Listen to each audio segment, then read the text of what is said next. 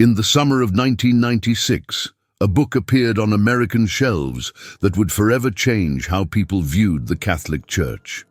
Windswept House, a Vatican novel by Malachi Martin, wasn't just another religious thriller. It was a devastating exposé disguised as fiction, written by a man who had walked the marble halls of the Vatican and witnessed secrets that most would never believe. Malachi Martin was born in County Kerry, Ireland, in 1921, into a world where Catholic faith was as natural as breathing. But his journey would take him far from the rolling green hills of his homeland into the heart of the world's most powerful religious institution, where he would encounter darkness that would haunt him for the rest of his life. Martin's credentials were impeccable and terrifying in their scope. A brilliant linguist who spoke 17 languages fluently, he held doctorates in Semitic languages, archaeology, and Oriental history from some of the world's most prestigious universities.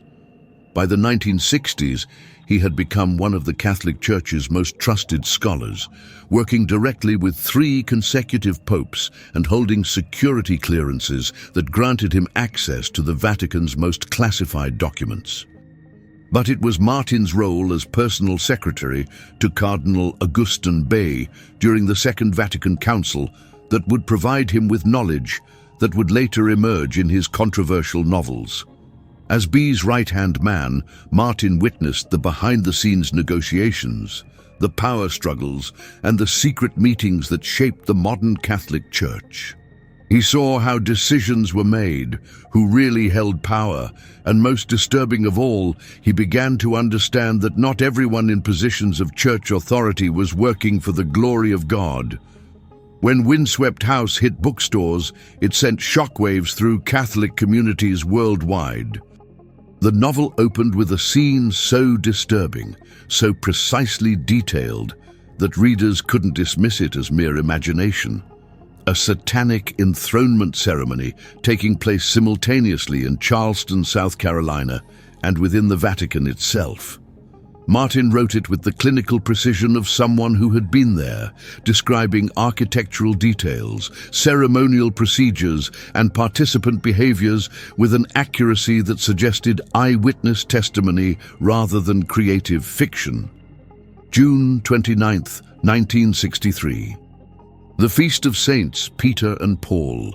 While Catholics around the world celebrated their patron saints, according to Malachi Martin's shocking account, something far more sinister was taking place in the shadows of the Vatican and across the Atlantic in Charleston, South Carolina. The ceremony Martin described in Windswept House wasn't a simple black mass or teenage rebellion against religion. It was what he called the enthronement of the fallen archangel Lucifer as the spiritual head of the Catholic Church. The ritual, according to Martin's detailed narrative, involved high-ranking church officials who had secretly abandoned their Catholic faith while maintaining their positions of power and influence. The ceremony in Charleston was conducted by American participants, while simultaneously conspirators within the Vatican performed complementary rituals designed to create what Martin called a parallel enthronement. The goal was audacious beyond imagination: to install Satan as the true spiritual authority over the Catholic Church while maintaining the external appearance of traditional Catholic leadership. Martin's description of the ceremony was disturbingly specific. He detailed the exact locations within Vatican buildings where the ritual took place, described the ceremonial objects used, and outlined the precise words spoken during the invocation.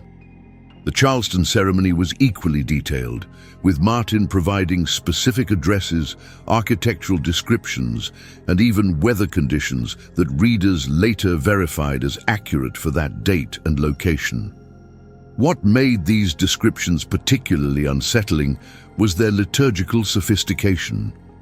Martin demonstrated deep knowledge of both Catholic ceremonial procedures and occult practices, showing how traditional Catholic rituals could be inverted and corrupted to serve opposite spiritual purposes. The precision of these descriptions suggested either extraordinary research abilities or direct personal knowledge of such ceremonies. The participants in Martin's account weren't fictional characters created for dramatic effect. They were thinly disguised versions of real church officials whose names, when decoded through simple letter substitutions, revealed the identities of actual cardinals, bishops, and Vatican bureaucrats who held power during the 1960s. This wasn't fantasy, it was accusation wrapped in the legal protection of fiction. According to Martin, this ceremony marked the beginning of a systematic campaign to destroy the Catholic Church from within, replacing its traditional teachings with a new theology that would ultimately serve the interests of what he called the Superforce, a network of individuals and organizations working toward the establishment of a world government that would oppose everything Christianity represented. Following the publication of Windswept House, something unprecedented happened in the normally secretive world of Vatican politics. Insiders began speaking out, and instead of denying Martin's claims, they started confirming them. The responses weren't from disgruntled former employees or attention-seeking critics. They came from some of the most respected figures in the Catholic Church, men who had dedicated their entire lives to the faith and had access to information that ordinary Catholics could never obtain. Cardinal Luigi Ciappi, who served as personal theologian to Pope Pius V, made a statement that sent shockwaves through Catholic leadership. In the Catholic Church, there are cardinals and bishops who believe in Lucifer, and there are priests who adore him. Ciappi wasn't known for making dramatic statements or seeking publicity. His words carried the weight of someone who had worked at the highest levels of church hierarchy for decades and had seen things that others couldn't imagine. Archbishop Emanuel Milingo, one of the Vatican's most experienced exorcists, went even further. During a conference in 2001, Milingo stated publicly that satanic activity had reached the highest levels of church hierarchy. He described encountering evidence of occult practices among church officials and warned that the spiritual corruption Martin had described in fiction was manifesting in reality. Milingo's statements were so explosive that Vatican authorities quickly moved to silence him, forcing him into retirement and effectively ending his public ministry. Father Gabriel Amorth, Rome's chief exorcist for over 25 years, also confirmed elements of Martin's narrative. In numerous interviews before his death in 2016, Amorth stated that he had personally encountered evidence of satanic influences within the Vatican. He described performing exorcisms on individuals who revealed information about occult activities among church leadership, and he warned that the spiritual warfare Martin described wasn't metaphorical. It was literal, ongoing, and more extensive than most people could comprehend. These confirmations didn't come from fringe figures or conspiracy theorists. They came from men who had dedicated their lives to fighting spiritual evil within the Catholic Church. Their testimonies suggested that Martin's fiction contained disturbing elements of truth that church leadership had worked desperately to keep hidden from the faithful. The pattern of confirmations continued as other church officials, speaking anonymously or in private conversations, began admitting that they had witnessed or heard about activities that aligned with Martin's descriptions. The consistency of these accounts, coming from independent sources with access to different aspects of Vatican operations, created a body of testimony that was difficult to dismiss as coincidence or imagination. To understand the full significance of Martin's claims, one must delve into one of Catholicism's most enduring and controversial mysteries, the third secret of Fatima. In 1917, 3 Portuguese children, Lucia dos Santos, Francisco Marto, and Jacinta Marto, reported receiving visions from the Virgin Mary near the town of Fatima.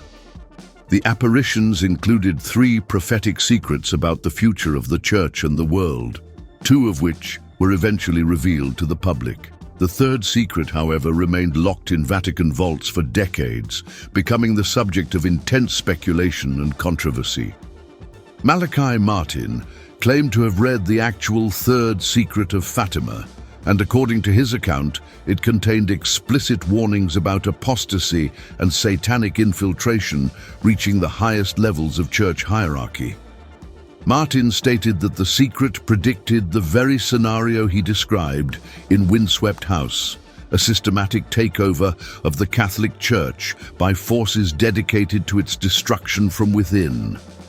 The secret allegedly warned that Satan would infiltrate the Vatican and work to corrupt Catholic doctrine and practice, beginning with a ceremony that would enthrone Lucifer as the spiritual head of the Church. Martin's claims about the third secret were supported by several high-ranking church officials who had also been privy to its contents.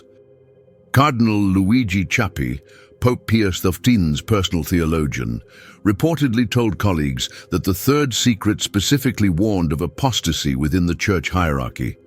Cardinal Silvio Oddi, a longtime Vatican insider, made similar statements, suggesting that the secret contained prophecies about the church's internal corruption that were too disturbing for public release. Sister Lucia dos Santos, the last surviving witness of the Fatima apparitions, made several statements before her death in 2005 that seemed to confirm Martin's interpretation of the secret's contents.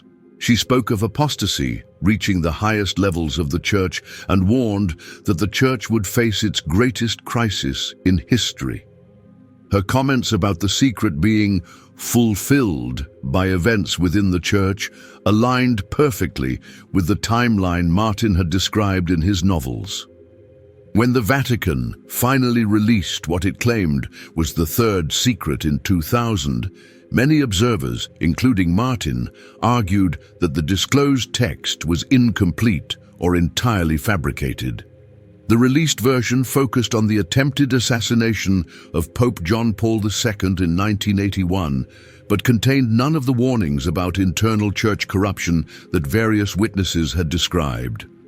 The sanitized version seemed designed to deflect attention from the more disturbing prophetic content that Martin and others had referenced.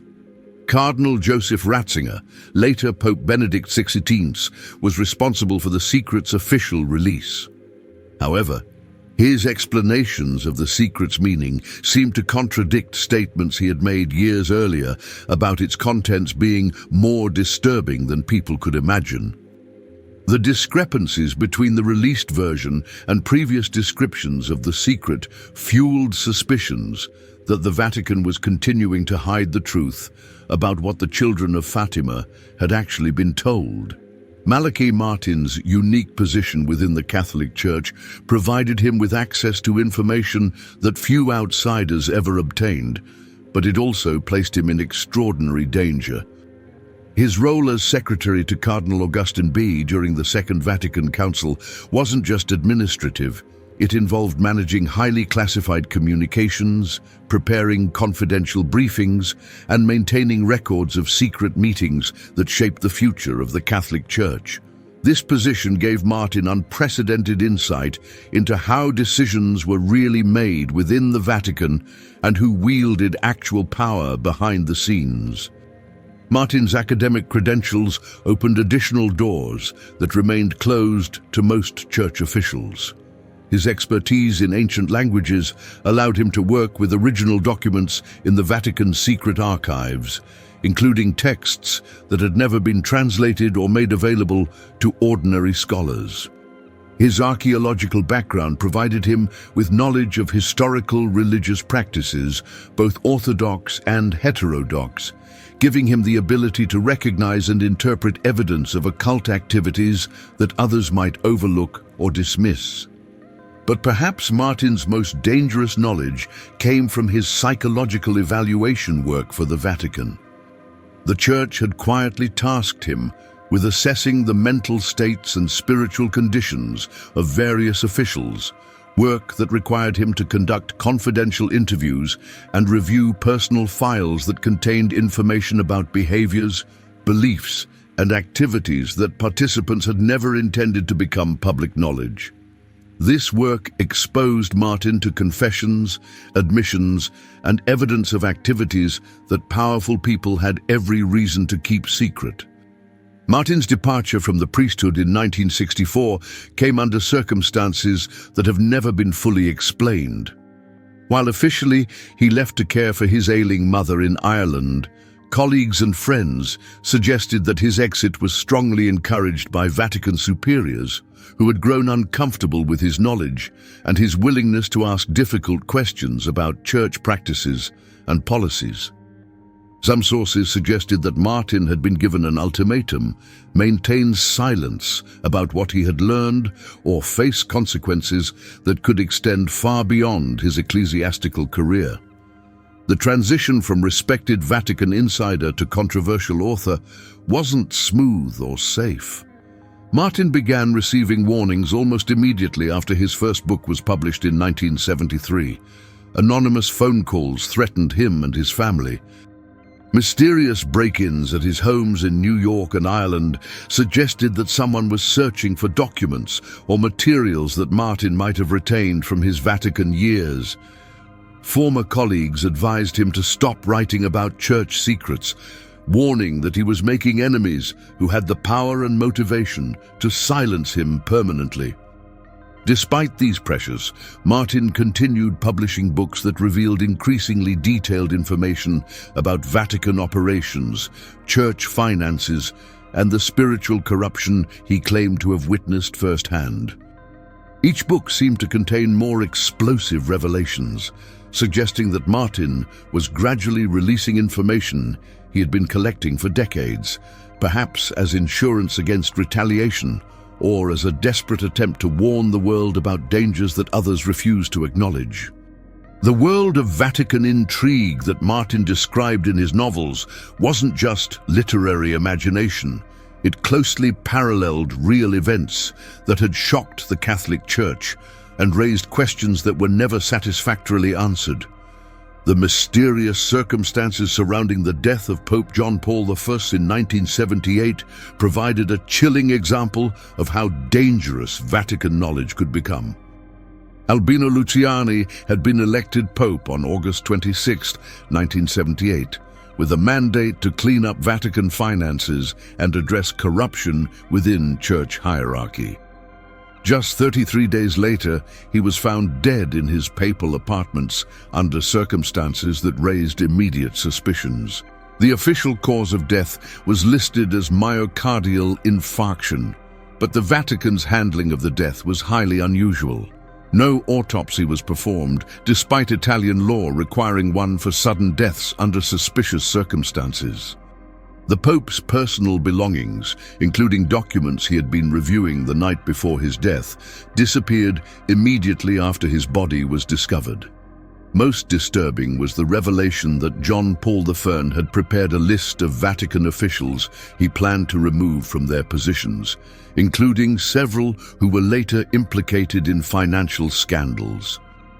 Roberto Calvi, known as God's banker for his extensive connections to Vatican finances, provided another example of how dangerous Vatican secrets could become. Calvi was found hanging under London's Blackfriars Bridge on June 18, 1982.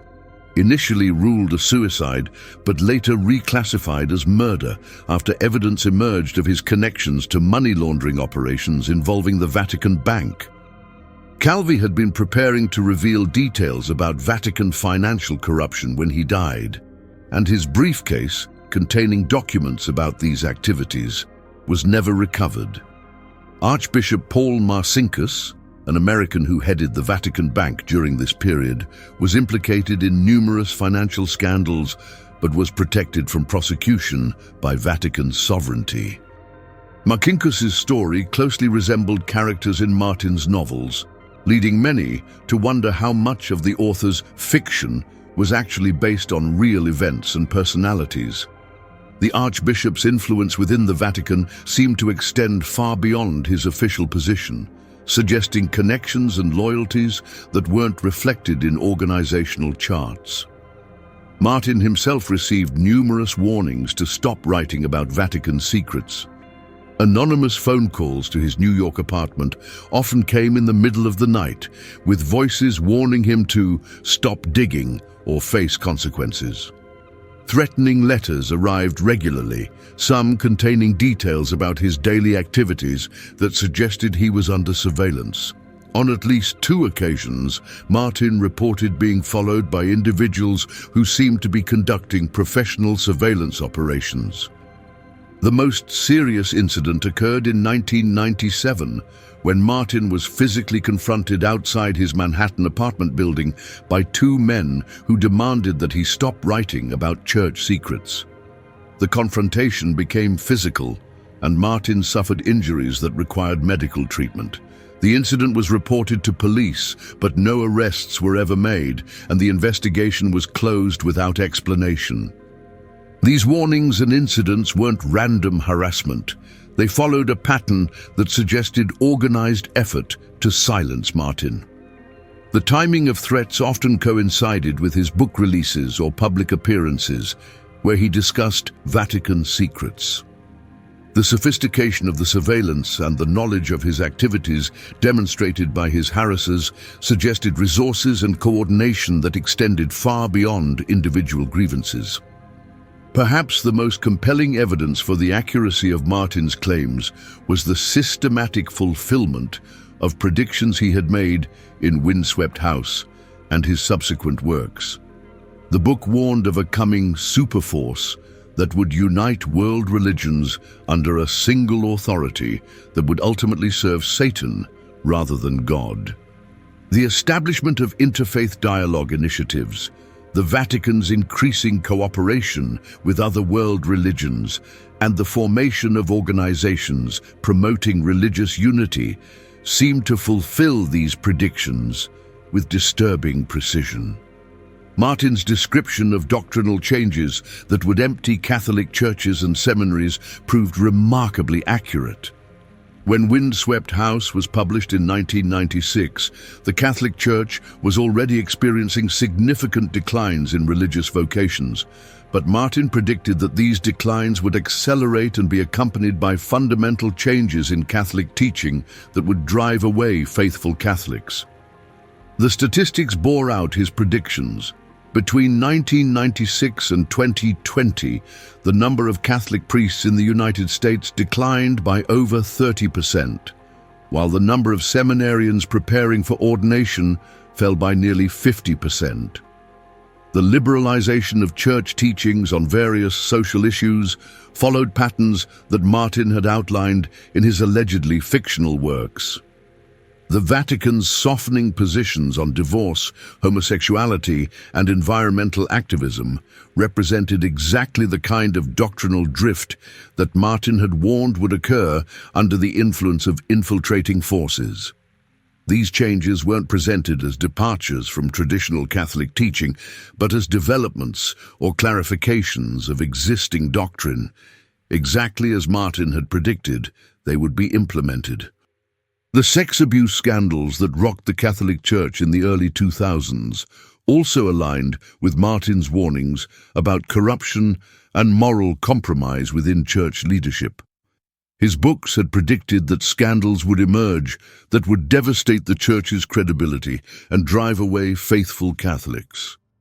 The scope and systematic nature of the abuse, combined with evidence of institutional cover-ups at the highest levels of church hierarchy, fulfilled Martin's prophecies about moral corruption that would eventually become impossible to hide. Perhaps most disturbing was Martin's prediction that these changes would culminate in the election of a pope who would fundamentally alter Catholic doctrine and practice.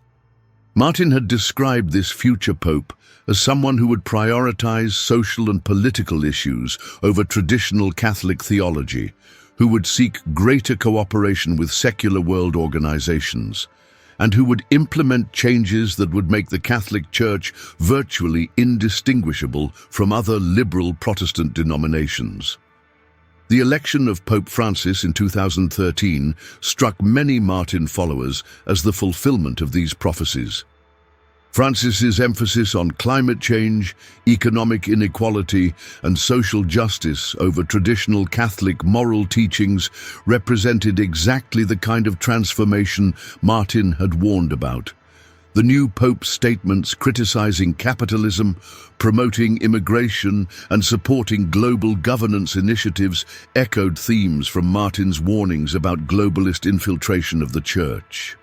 The accuracy of these predictions couldn't be dismissed as lucky guesses or general prophecies that could be interpreted to fit any situation. Martin's predictions were specific, detailed, and consistently fulfilled in ways that suggested either prophetic insight or detailed advanced knowledge of planned changes within the Catholic Church. Researchers studying Martin's work discovered that Windswept House contained elaborate coded references to real people and events that couldn't be dismissed as coincidence. The coding system wasn't simple pseudonymous substitution. It was a sophisticated method that demonstrated Martin's deep knowledge of Catholic history, theology, and current personalities within church hierarchy. Character names in the novel, when decoded using various methods, including letter substitution, numerical values, and Latin translations, revealed the identities of actual Vatican officials, American bishops, and political figures who were active during the time period Martin described. For example, the novel's primary antagonist, Cardinal Mastroianni, could be decoded to reveal the identity of a real cardinal whose career path, personal characteristics, and policy positions matched the fictional character with remarkable precision. Similarly, American bishops portrayed in the novel corresponded to actual church leaders whose activities and statements aligned perfectly with their fictional counterparts. The coding extended beyond individual names to include organizations, locations, and even specific events that had occurred within the Catholic Church during the previous 3 decades. The book's geographical references also proved remarkably accurate when properly decoded. Martin's descriptions of secret meeting locations, both in Rome and the United States, corresponded to real buildings and facilities that were not publicly known to be connected to the events he described.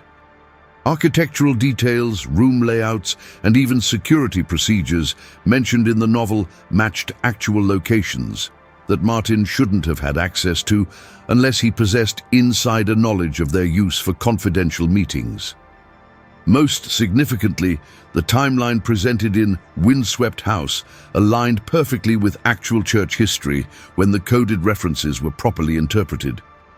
The book's key events, when decoded and mapped to real dates, corresponded to actual Vatican councils, papal elections, policy changes, and personnel appointments that had occurred over the previous 3 decades.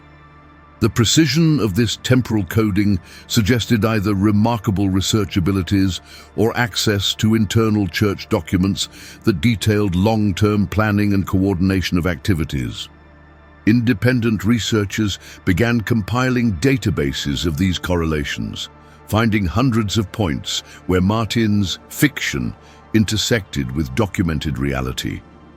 The precision of these connections suggested that Windswept House wasn't a work of imagination, but rather a comprehensive exposé disguised as fiction to protect both the author and his sources from legal and physical retaliation.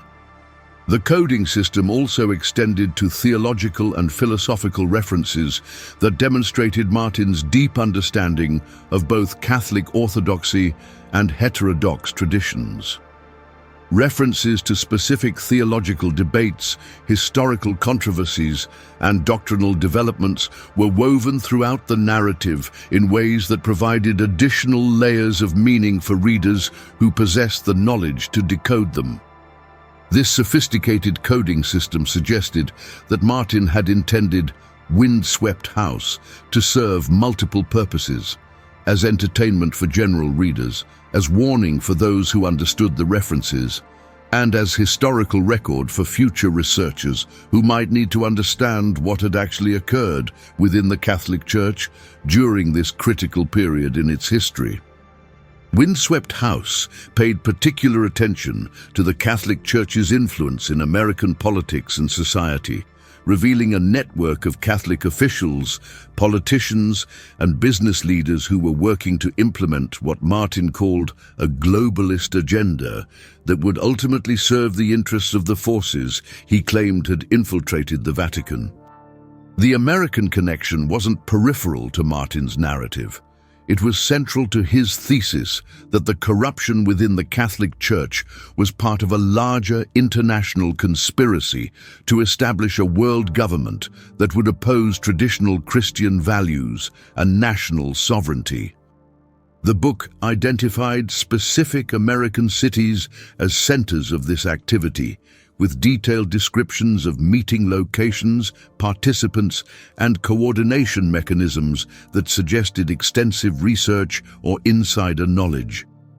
New York City featured prominently as a coordination center, with Martin describing secret meetings in locations that ranged from private clubs to church facilities. Washington, D.C. was portrayed as the political implementation center, where Catholic officials worked with secular politicians to advance policies that served globalist rather than American interests. San Francisco represented the cultural transformation aspect of the conspiracy, according to Martin's narrative. The city's Catholic archdiocese was described as a testing ground for doctrinal and liturgical changes that would later be implemented throughout the American Church. The accuracy of Martin's descriptions of specific San Francisco locations, personalities, and church policies suggested detailed knowledge of activities that weren't widely known outside of church hierarchy. American Catholic bishops featured prominently in Martin's narrative, often portrayed as unwitting pawns in a larger conspiracy they didn't fully understand. The author suggested that many genuinely faithful bishops were being systematically replaced or compromised by individuals who served the interests of what he called the superforce, rather than traditional Catholic teaching. The pattern of episcopal appointments, transfers, and retirements during the 1990s seemed to confirm Martin's predictions about the systematic replacement of traditional Catholic leadership. The political implications of Martin's claims were enormous. If accurate, they suggested that American Catholic voters were being manipulated by church leadership that no longer served traditional Catholic interests, but instead advanced a globalist agenda that would ultimately destroy both American sovereignty and Catholic orthodoxy. The Church's positions on immigration, economic policy, and international relations during this period aligned with Martin's warnings about globalist infiltration of Catholic political thinking. Martin's portrayal of Catholic universities and educational institutions as centers of doctrinal corruption also proved remarkably prescient. His descriptions of theological faculty, curriculum changes, and administrative policies at major Catholic universities, preceded by several years the public controversies that would emerge over these institutions' departures from traditional Catholic teaching. The financial connections Martin described between American Catholic institutions and secular organizations promoting causes that traditional Catholics would oppose, were later confirmed by investigative reporting that traced money flows exactly as Martin had predicted. These financial relationships suggested coordination between church hierarchy and secular groups in ways that contradicted the Church's stated independence from political movements. Following the controversy surrounding Windswept House, several independent researchers attempted to verify Martin's claims using scientific methods that could provide objective assessment of his allegations. These investigations employed techniques ranging from documentary analysis to statistical modeling, seeking to determine whether Martin's fiction contained verifiable elements that could be scientifically validated. Handwriting analysis of Vatican documents became one of the most intriguing areas of investigation. Experts examining communications attributed to high-ranking Vatican officials during the period Martin described found evidence suggesting that some documents might have been forged or altered. The analysis revealed inconsistencies in handwriting patterns, paper composition, and ink chemistry that suggested systematic document manipulation at levels that would require significant resources and coordination. Acoustic analysis of recorded Vatican meetings, some obtained through anonymous sources, provided another avenue of scientific investigation. These recordings, while of questionable legal status, contained conversations that seemed to confirm elements of Martin's narrative. Voice stress analysis of participants revealed patterns consistent with deception when certain topics were discussed, suggesting that official Vatican positions on various issues might not reflect the true beliefs or intentions of church leadership. Statistical analysis of church policies and appointments during the period described in Windswept House revealed patterns that aligned with Martin's predictions in ways that couldn't be explained by random chance or normal administrative processes. The data showed systematic changes in church direction that followed mathematical patterns consistent with coordinated planning rather than organic institutional evolution. Behavioral analysis of key Vatican figures provided perhaps the most disturbing confirmation of Martin's claims. Psychological profiles of church officials compiled from public statements, policy positions, and biographical information showed personality characteristics and behavioral patterns that matched the fictional characters in Martin's books with accuracy that suggested either extensive surveillance and research or direct personal knowledge of the individuals portrayed.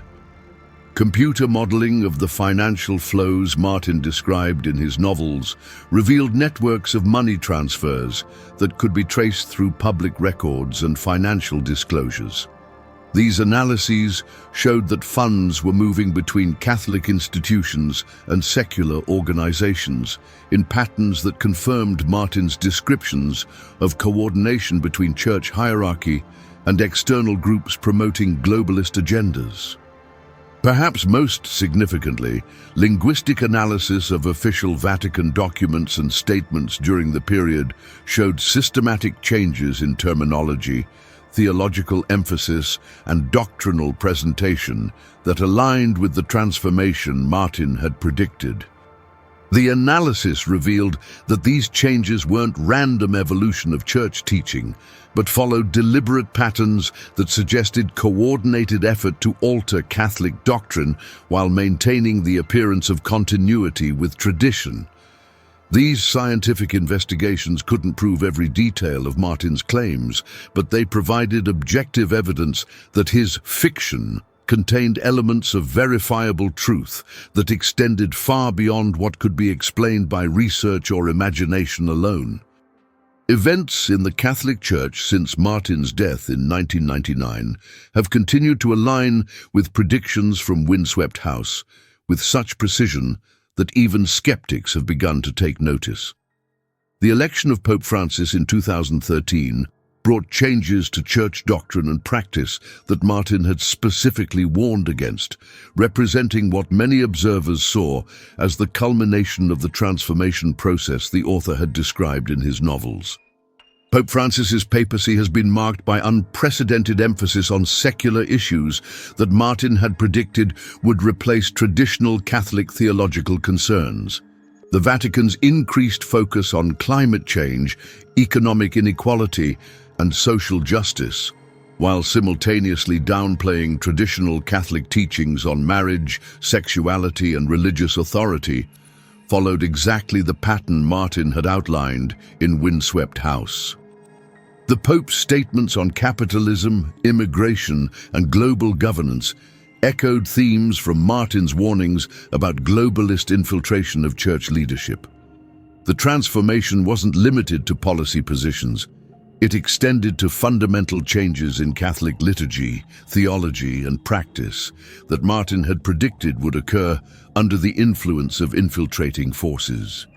The systematic replacement of traditional Catholic terminology with secular language, the emphasis on interfaith dialogue over Catholic distinctiveness, and the promotion of environmental activism as a religious obligation all represented fulfillment of Martin's specific predictions about how the Church would be transformed from within. Recent Vatican financial scandals have revealed corruption at levels that match Martin's fictional descriptions with disturbing accuracy. The involvement of high-ranking cardinals in money laundering investigations, the mysterious dealings of the Vatican Bank, and the systematic cover-up of financial irregularities have vindicated many of the author's claims about moral compromise among church leadership.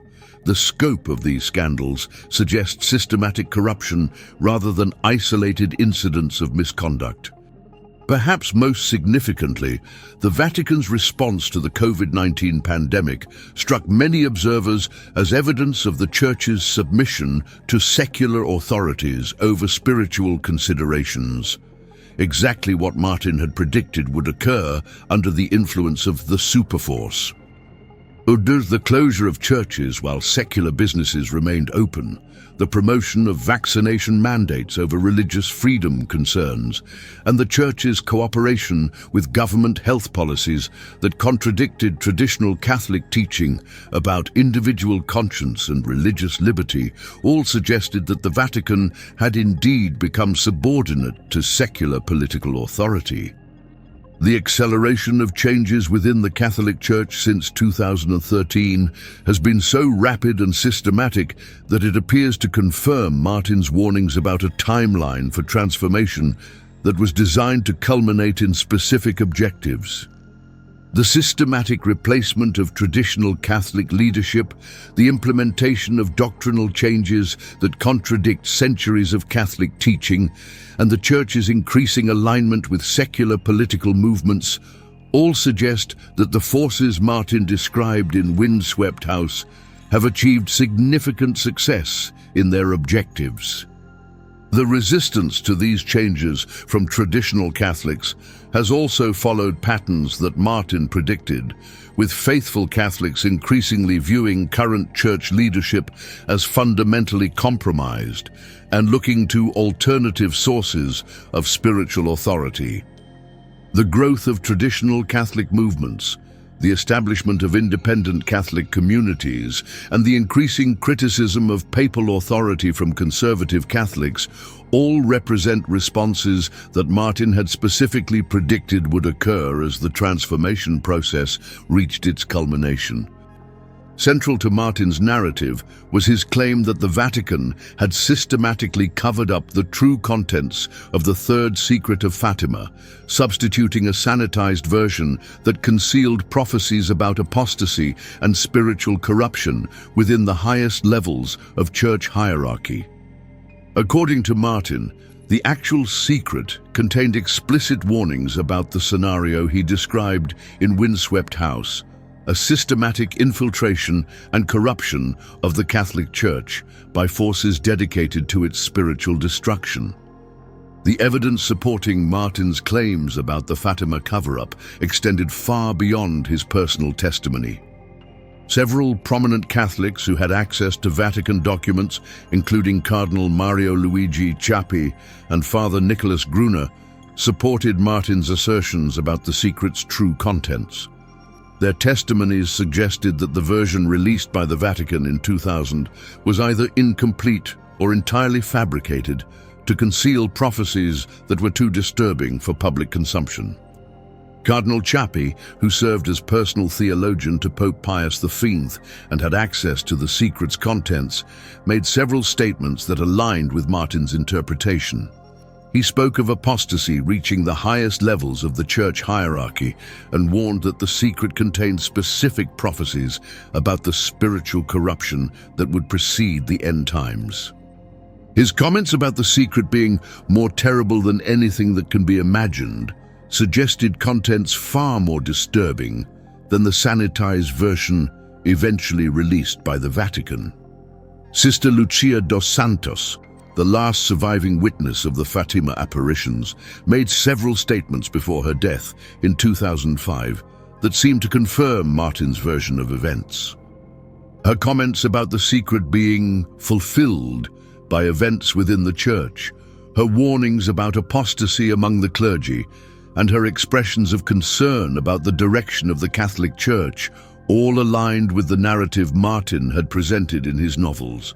The systematic silencing of clergy who attempted to discuss the true contents of the third secret provided additional evidence of an organized cover-up.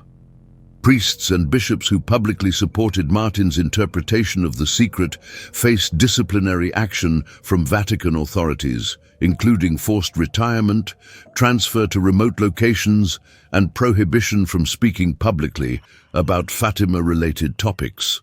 The consistency of these disciplinary actions suggested coordination at the highest levels of church authority. Father Nicholas Gruner, who dedicated his life to promoting the Fatima message, faced decades of harassment and persecution from Vatican authorities because of his support for Martin's interpretation of the third secret. Gruner's treatment by church officials, including attempts to prevent him from saying Mass and restrictions on his public speaking, suggested that his message was considered threatening to those in power within the Vatican. The timing of the secret's release in 2000 also raised questions about Vatican motivations. The decision to release a version of the secret came at a time when Martin's books were gaining widespread attention and when questions about the secret's contents were becoming increasingly difficult for church authorities to deflect. The released version seemed designed to end speculation about the secret's contents while avoiding the disturbing implications of the prophecies that Martin and others had described. Documentary evidence obtained through various leaks has revealed that Vatican officials discussed strategies for managing the Fatima issue in ways that would minimize damage to church authority while maintaining public faith in Vatican truthfulness. These communications suggested that the decision to release a sanitized version of the secret was part of a calculated strategy to prevent public access to information that could undermine confidence in church leadership. Jai Sidhu, Sidhu Block 13, The Network Exposed, 36 Yarul 39 Dao. Martin's books described an international network of compromised church officials, politicians, and business leaders who were working together to implement a globalist agenda that would ultimately serve satanic rather than divine purposes. Subsequent investigations revealed connections between many of these individuals that confirmed the existence of such a network, operating exactly as Martin had described in his allegedly fictional narratives.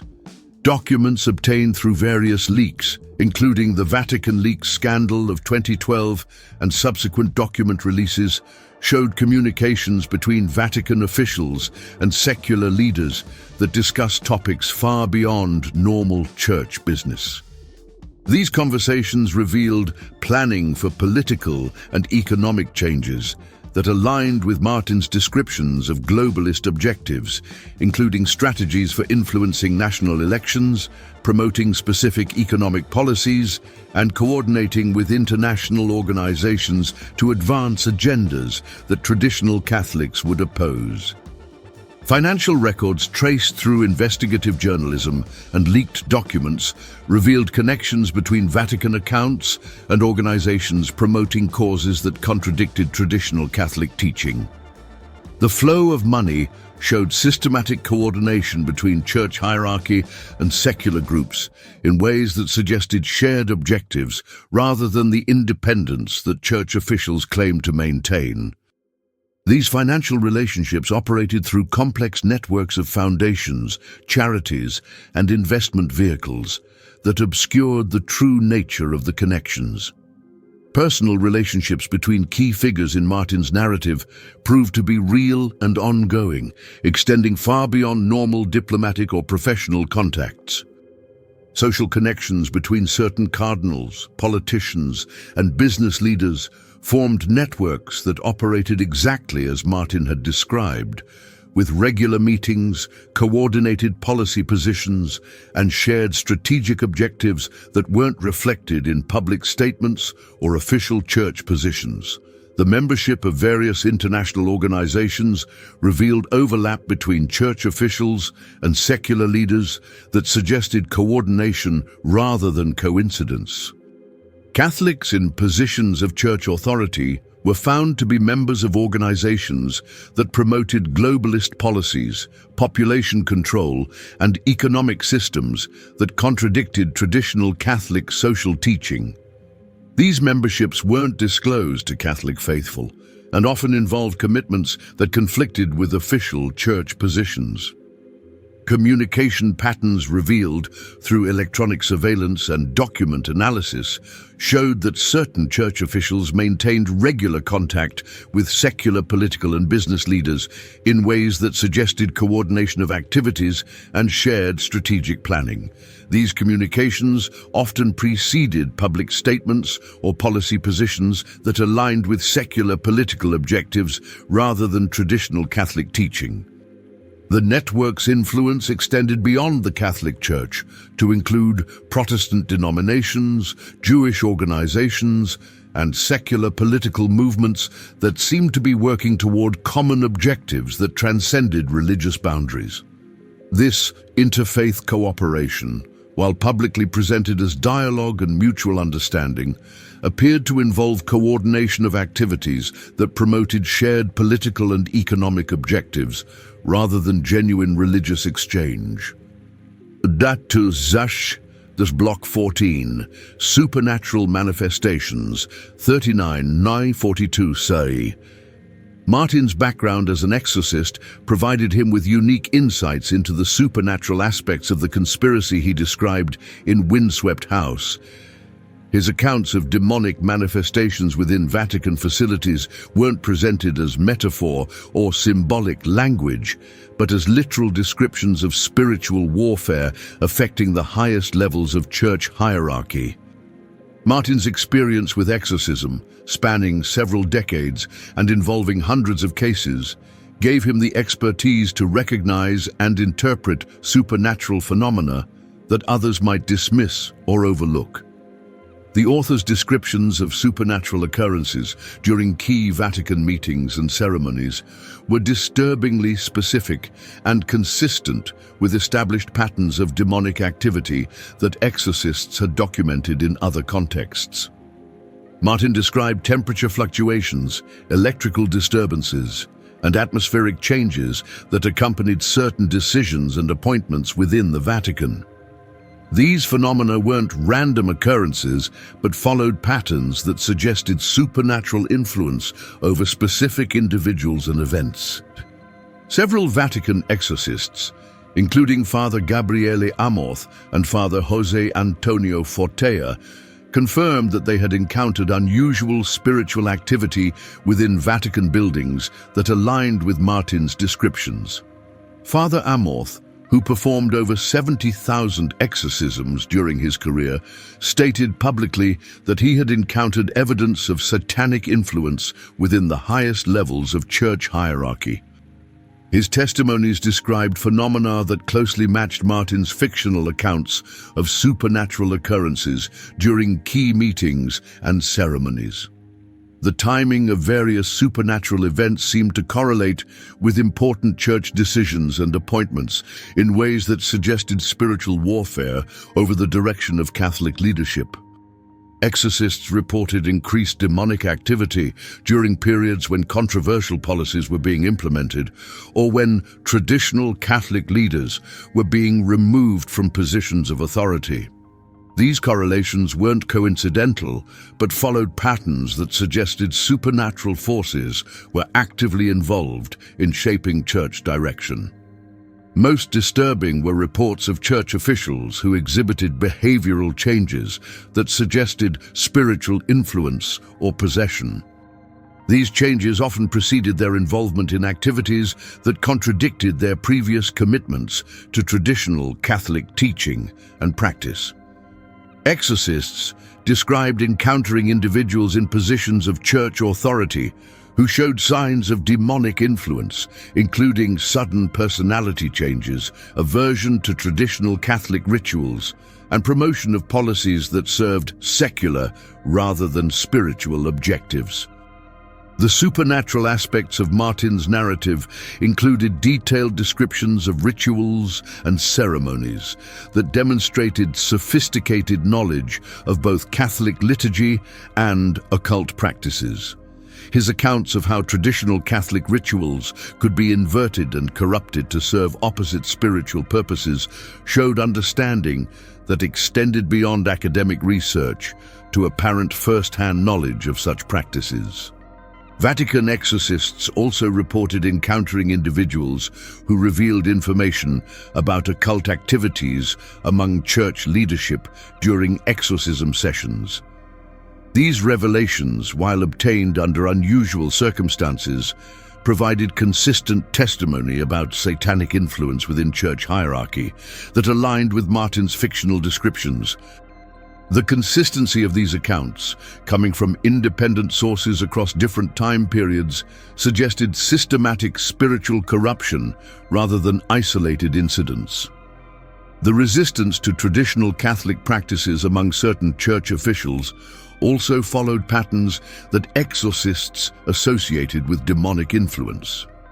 Reports of bishops and cardinals who showed aversion to traditional Latin liturgy, who avoided or altered prayers mentioning Satan or hell, and who promoted theological positions that contradicted fundamental Catholic teaching, suggested spiritual compromise that extended beyond simple theological disagreement. Block 15, The Resistance Movement, 42-45 soon. Martin's books inspired a worldwide movement of traditional Catholics who organized to resist what they believed was the systematic destruction of their faith by forces that had infiltrated church hierarchy. These groups began monitoring church appointments, policies, and statements for evidence of the continuing fulfillment of Martin's prophecies, creating networks of information sharing and spiritual resistance that operated both within and outside official church structures. Underground networks of priests and bishops began sharing information about concerning developments within their dioceses and the Vatican, using encrypted communications and coded language to avoid detection by church authorities who had demonstrated willingness to punish those who questioned official policies. These communications revealed a pattern of traditional clergy being systematically removed or silenced, while those promoting liberal agendas received promotions and support from higher church authorities.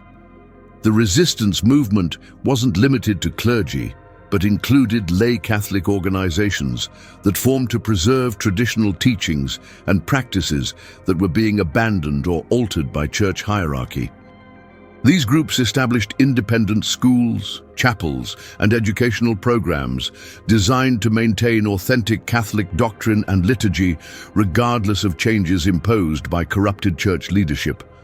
Many of these organizations cited Martin's works as validation for their resistance to changes they viewed as spiritually dangerous.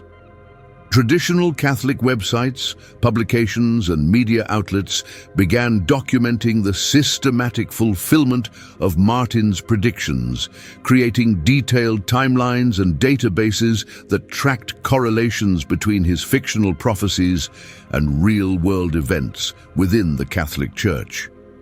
These resources provided evidence that Martin's warnings were being systematically fulfilled in ways that couldn't be explained by coincidence or general predictions that could fit any scenario. The resistance movement grew significantly following the election of Pope Francis in 2013, whose papacy seemed to fulfill many of Martin's most dire predictions about papal leadership that would prioritize secular political objectives over traditional Catholic teaching. Traditional Catholics began viewing current church leadership as fundamentally compromised and looked to Martin's books for guidance on how to maintain their faith during what they believed was an unprecedented crisis in church history. International conferences and gatherings of traditional Catholics began featuring discussions of Martin's works and their relevance to current church conditions. These events brought together clergy and lay people from around the world who shared concerns about the direction of Catholic leadership and sought strategies for preserving authentic Catholic faith and practice during what many viewed as the Church's greatest crisis since its founding. The movement also included efforts to preserve traditional Catholic liturgy, theology, and practice through independent institutions that operated outside the control of compromised church hierarchy. Traditional Catholic seminaries, religious orders, and educational institutions were established to train clergy and lay leaders who would maintain authentic Catholic teaching regardless of changes imposed by corrupted church authorities. Legal challenges to controversial church policies began emerging as traditional Catholics sought to use secular courts to protect their religious rights against encroachment by church leaders who they believed no longer represented authentic Catholic interests. These legal efforts included challenges to property seizures, attempts to preserve traditional liturgy, and efforts to protect Catholic institutions from being forced to implement policies that contradicted traditional Catholic teaching. The resistance movement also developed strategies for supporting clergy and lay leaders who faced persecution for maintaining traditional Catholic positions. Support networks provided financial assistance, legal representation, and spiritual encouragement for those who faced disciplinary action from church authorities because of their refusal to implement or support policies that contradicted traditional Catholic doctrine. Disadi Dan Block 16, Digital Age Revelations, 45 or 48. The rise of the Internet and digital communications provided unprecedented opportunities to investigate Martin's claims and verify elements of his narrative that had previously been impossible to confirm. Digital technology transformed the landscape of Vatican secrecy, making it increasingly difficult for church authorities to control information and suppress evidence of activities that contradicted official church positions. Leaked emails and documents began confirming elements of Martin's narrative that had been dismissed as fiction when his books were first published. The Vatican leaks scandal of 2012, followed by subsequent document releases through various sources, revealed communications that showed Vatican officials discussing strategies and objectives that aligned with Martin's descriptions of organized efforts to transform the Catholic Church from within.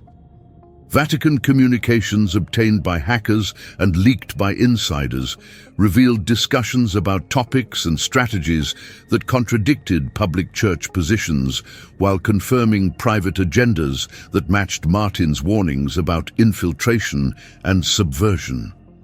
These digital revelations showed planning for changes in church doctrine and practice that had been publicly denied by Vatican officials while being privately discussed and implemented. Social media analysis revealed networks of influence among church leaders that operated exactly as Martin had described in his novels. The digital connections between certain Vatican officials, secular organizations, and political movements formed patterns that confirmed the existence of coordinated activities that transcended normal diplomatic or professional relationships. Email communications obtained through various leaks showed Vatican officials coordinating with secular political leaders on issues that extended far beyond normal church-state relations. These communications revealed shared strategic planning for political and economic policies that aligned with globalist objectives rather than traditional Catholic teaching, confirming Martin's claims about the subordination of church interests to secular political agendas. Most significantly, artificial intelligence analysis of church communications and policies showed statistical patterns that suggested systematic manipulation of Catholic doctrine and practice in ways that aligned perfectly with Martin's warnings about organized infiltration and subversion. Computer analysis revealed coordination and planning that extended across decades and involved multiple levels of church hierarchy working toward objectives that contradicted traditional Catholic mission and purpose. Digital forensics applied to Vatican documents revealed evidence of systematic alteration and fabrication of historical records, particularly regarding the period Martin had focused on in his novels. Analysis of digital document metadata, version histories, and communication patterns showed efforts to rewrite church history in ways that concealed evidence of the activities Martin had described.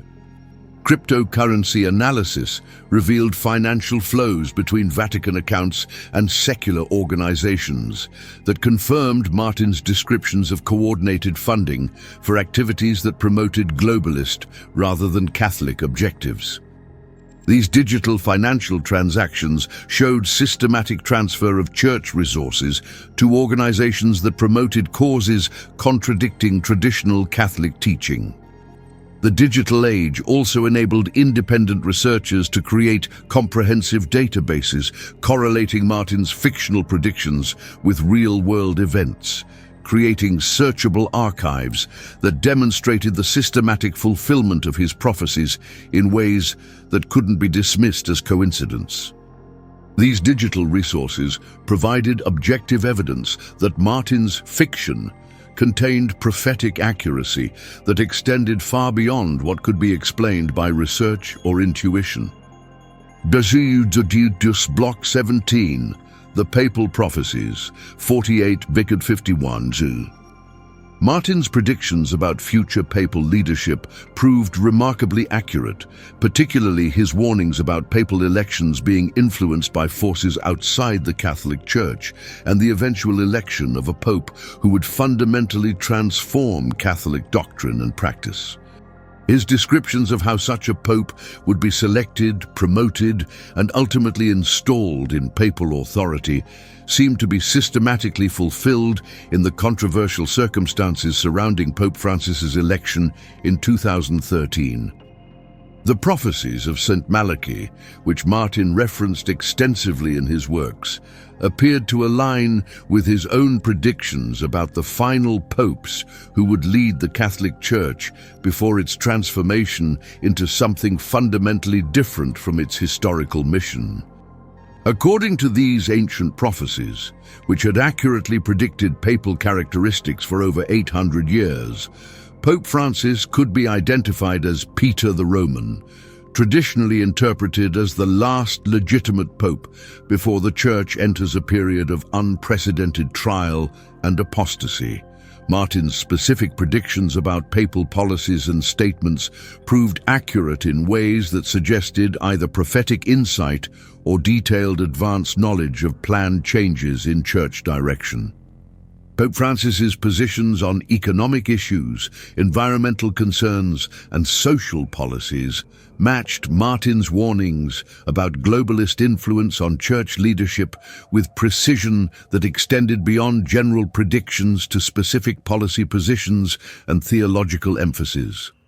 The author's warnings about a future pope who would prioritize secular political objectives over traditional Catholic teaching seemed increasingly relevant as Pope Francis made statements and decisions that contradicted established Catholic doctrine on marriage, sexuality, religious authority, and the nature of salvation itself. These departures from traditional teaching followed exactly the pattern Martin had predicted would occur under the influence of infiltrating forces. Martin had specifically warned that the transformed papacy would promote interfaith dialogue and religious unity in ways that would compromise Catholic distinctiveness and ultimately prepare for the establishment of a world religion that would serve secular rather than divine authority. Pope Francis's unprecedented cooperation with other world religions, his emphasis on shared human values over Catholic distinctiveness, and his promotion of environmental activism as religious obligation all aligned with these prophetic warnings. The speed and systematic nature of changes implemented during Pope Francis's papacy suggested coordination and planning that extended beyond normal papal transition processes. The systematic replacement of traditional Catholic appointments, the rapid implementation of policy changes that contradicted previous papal positions, and the Church's increasing alignment with secular international organizations all indicated transformation that had been planned and prepared over extended periods. Martin's predictions about papal statements that would scandalize faithful Catholics while being celebrated by secular media proved remarkably accurate. Pope Francis's comments about capitalism, immigration, climate change, and social justice consistently aligned with secular liberal political positions, while contradicting traditional Catholic teaching, exactly as Martin had warned would occur under a compromised papacy. The resistance to Pope Francis from traditional Catholics also followed patterns that Martin had predicted, with faithful Catholics increasingly questioning papal authority and looking to alternative sources of spiritual guidance. The growth of sedevacantist movements, the establishment of independent Catholic communities, and the increasing criticism of papal positions from conservative Catholic leaders all represented responses that Martin had specifically predicted would occur during the final transformation of church leadership.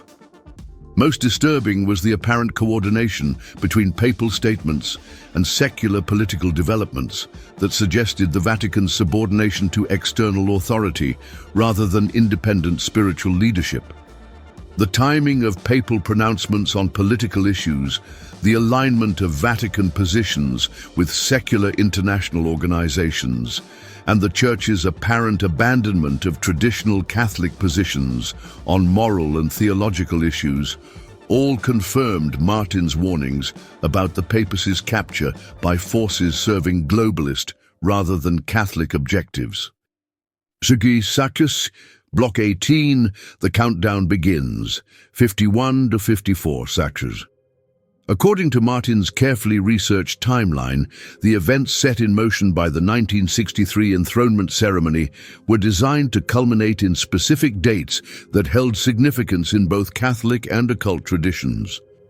These dates, which Martin calculated based on ancient prophecies, Kabbalistic numerology, and patterns he had observed in church history, suggested that the final phase of the conspiracy was approaching with mathematical precision that transcended human planning to suggest supernatural coordination.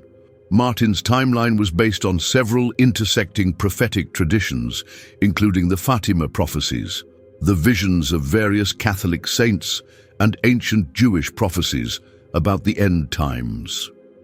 According to his calculations, the 50-year period following the 1963 ceremony would witness the systematic preparation for the final transformation of both the church and secular society, culminating in the establishment of a world government that would serve as the political manifestation of spiritual forces opposed to Christianity.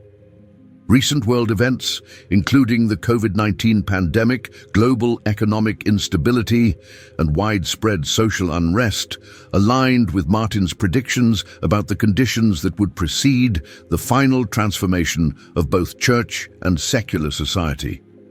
These crises appeared to be providing opportunities for the implementation of policies and systems that Martin had warned would serve globalist rather than national or religious interests, creating the infrastructure for eventual world government.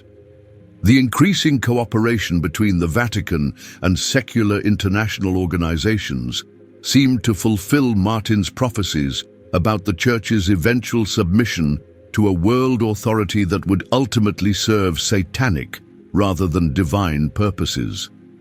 The Vatican's participation in global climate initiatives, economic forums, and political organizations indicated the subordination of church independence to secular political authority that Martin had specifically warned would characterize the final phase of the conspiracy.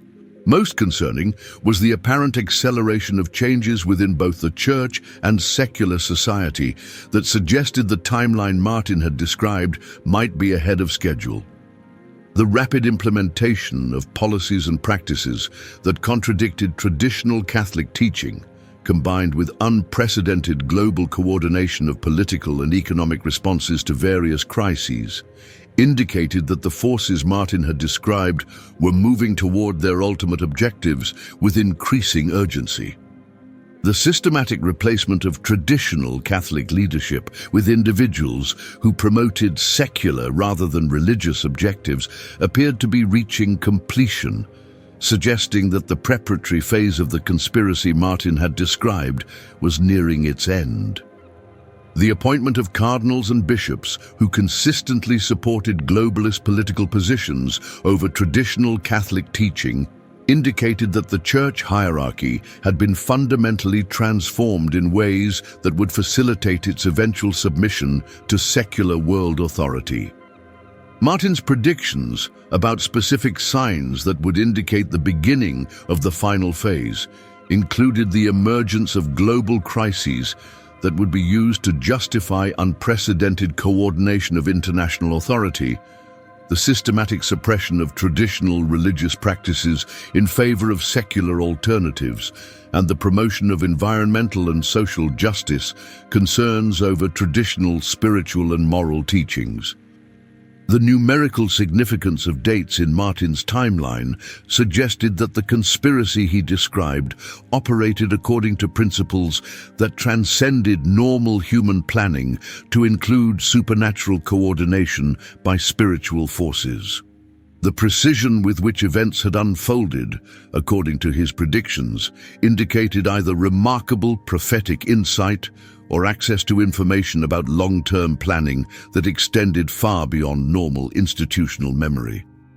The convergence of multiple prophetic timelines from different religious traditions, all pointing toward the same general time period, suggested that Martin's warnings about the approaching culmination of the conspiracy should be taken seriously by anyone concerned about the spiritual and temporal future of Western civilization. Stam Block 19, the warning signs 54 to 57. Martin provided specific warning signs that faithful Catholics should watch for as indicators that the final phase of the conspiracy was beginning, and many of these signs have already manifested, while others appear to be developing with alarming speed. These warning signs weren't vague predictions that could be interpreted to fit any situation, but specific, measurable changes in church teaching, practice, and leadership that would indicate the completion of the infiltration process Martin had described. The systematic replacement of traditional Catholic liturgy with modernized versions that eliminated references to Satan, hell, and divine judgment has proceeded exactly as Martin predicted it would. These changes appeared designed to prepare Catholics for a religion that would bear little resemblance to historical Catholic faith and practice, emphasizing social and environmental concerns over supernatural and eternal considerations that had traditionally defined Catholic spirituality. The Vatican's increasing emphasis on interfaith dialogue and religious unity over Catholic distinctiveness matched Martin's warnings about the preparation for a world religion that would ultimately serve the Antichrist rather than Jesus Christ. The systematic promotion of religious relativism, the downplaying of Catholic claims to unique spiritual authority, and the emphasis on shared human values over distinctive Catholic doctrine all indicated preparation for the religious unity that Martin had warned would characterize the end times. Most troubling was the apparent preparation for fundamental changes in Catholic teaching on moral issues that had been considered unchangeable for 2,000 years of church history.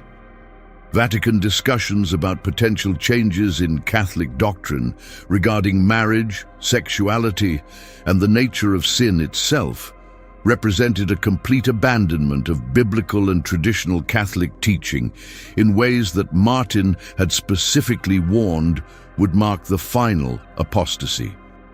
The systematic silencing of traditional Catholic voices within church hierarchy, combined with the promotion of clergy and lay leaders who consistently supported secular political positions over traditional Catholic teaching, indicated that the Church's transformation was approaching completion.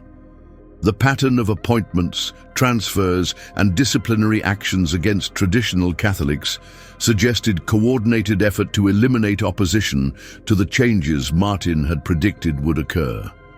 Environmental activism, elevated to the level of religious obligation, represented another warning sign that Martin had specifically identified. The Vatican's promotion of climate change concerns as moral imperatives, the integration of environmental activism into Catholic liturgy and teaching, and the subordination of traditional Catholic social teaching to secular environmental policies all indicated the transformation of Catholic priorities that Martin had warned would prepare for world government. The Church's response to global crises through cooperation with secular international organizations rather than independent spiritual leadership represented the subordination of church authority to secular political power that Martin had identified as a key indicator of the conspiracy's success. The Vatican's support for vaccination mandates, economic lockdowns, and social control measures implemented during various crises showed the Church's transformation from spiritual authority to secular political supporter. Economic policies promoted by current church leadership that contradicted traditional Catholic teaching about private property, individual responsibility, and limited government indicated the Church's adoption of political positions that served globalist rather than Catholic objectives.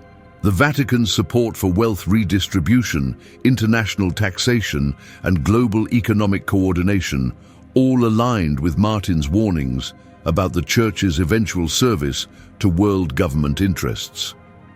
The increasing persecution of traditional Catholics by church authorities, including the suppression of traditional liturgy, the punishment of clergy who maintained orthodox teaching, and the systematic exclusion of faithful Catholics from positions of church authority, all indicated that the Church had been captured by forces that viewed traditional Catholic faith as opposition to be eliminated rather than heritage to be preserved. The speed with which these warning signs were manifesting suggested that the timeline Martin had described was being accelerated, possibly in response to increasing awareness of the conspiracy among faithful Catholics who were beginning to organize resistance to the changes being implemented. Pasidi sur Block 20, the final revelation, 57 to 60 John. As we reach the present moment in 2025, more than 2 decades after Malachi Martin's death, the question that haunts anyone who has seriously examined his work remains. Was he a gifted novelist who created compelling fiction, or was he a courageous whistleblower who risked everything to warn the world about a conspiracy of unprecedented scope and spiritual significance? The evidence that has accumulated since Windswept House was first published points unmistakably toward the latter conclusion. The systematic fulfillment of Martin's predictions, the confirmation of his claims by Vatican insiders who possessed independent knowledge of church operations, and the continuing alignment of current events with his prophetic timeline, all point to the disturbing conclusion that Windswept House was never intended as mere entertainment. The precision with which events have unfolded, according to Martin's warnings, extends far beyond what could be explained by research, intuition, or lucky guessing, to suggest either supernatural prophetic insight or access to information about long-term planning that few others possessed. The implications of Martin's revelations extend far beyond the Catholic Church, to encompass nothing less than a supernatural conspiracy to destroy traditional Christianity and prepare humanity for submission to forces that seek the spiritual enslavement of the entire human race. If Martin's claims are accurate, the events unfolding within the Catholic Church represent the final phase of a spiritual war that has been waged for centuries, with the ultimate objective being the replacement of divine authority with demonic rule exercised through human institutions.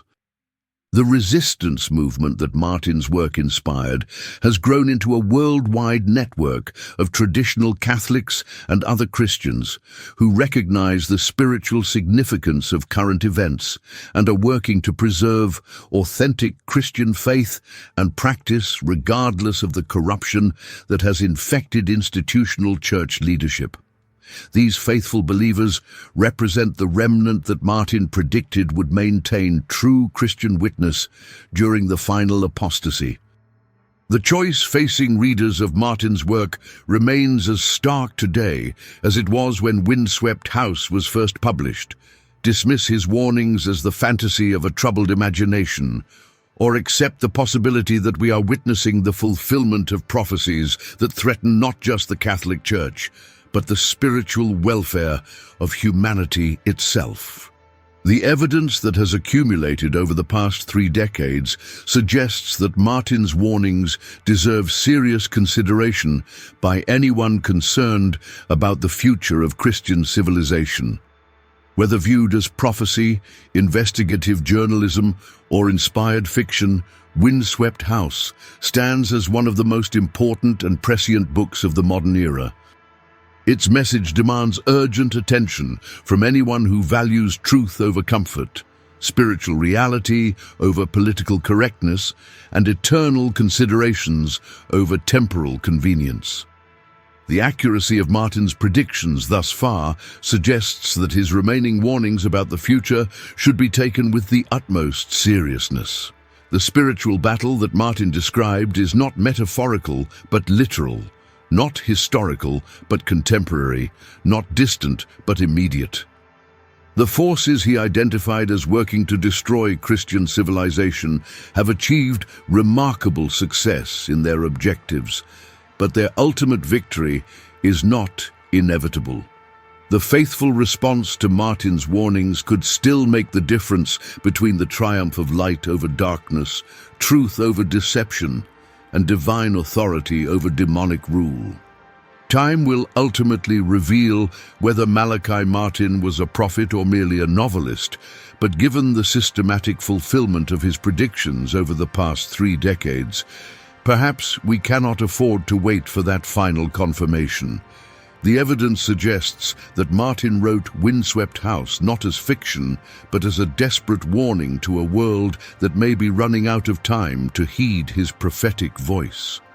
The question that remains is whether enough people will listen before it's too late to change the trajectory toward the spiritual catastrophe that Martin spent his final years trying to prevent. For those who have eyes to see and ears to hear, Malachi Martin's final message is clear. The time for comfortable denial is over, the hour of decision has arrived, and the eternal destiny of human civilization hangs in the balance of choices that must be made now, while choice is still possible.